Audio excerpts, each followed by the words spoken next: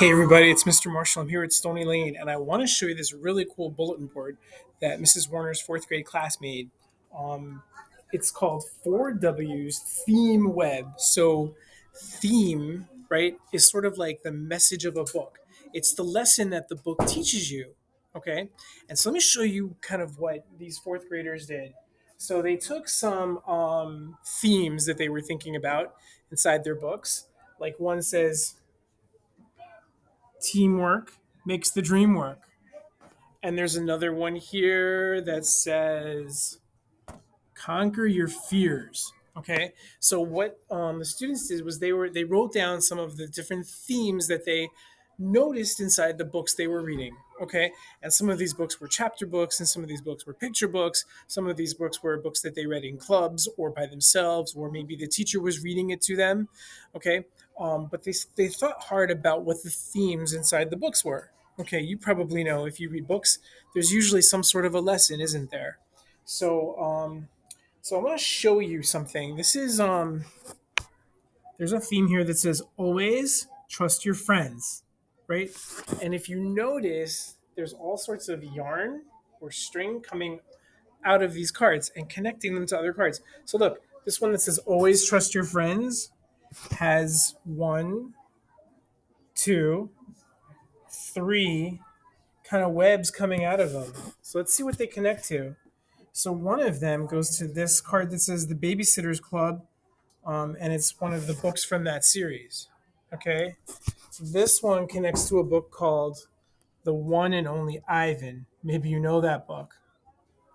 This one comes up to Wings of Fire, Book Two, The Lost Heir. Okay, and so that means that these books, these three books that are here, all have that same theme. They all have that theme that say always trust your friends. Okay, all that happens in all of these books. Okay, but you know what else? One of the books that I told you about, the one and only Ivan, also has a bunch of pieces of yarn going across the board to other themes, right? Because the one and only Ivan is about trusting your friends, but it looks like it's also always stick with your friends, right? And it looks like it's also got some other themes that it connects to, like this one. It's important to keep your promises.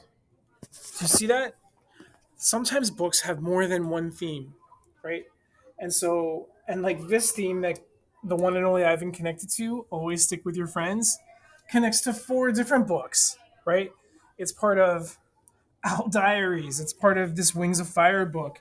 It's part of this Elephant and Piggy book. And look, this Elephant and Piggy book, even though it's a simple little picture book, connects to if you're determined, you can do anything. Anything is possible. So why am I showing you this? This is a really cool bulletin board, and it can help you think about themes in your books. And maybe if you have to write about themes, it can help you there too.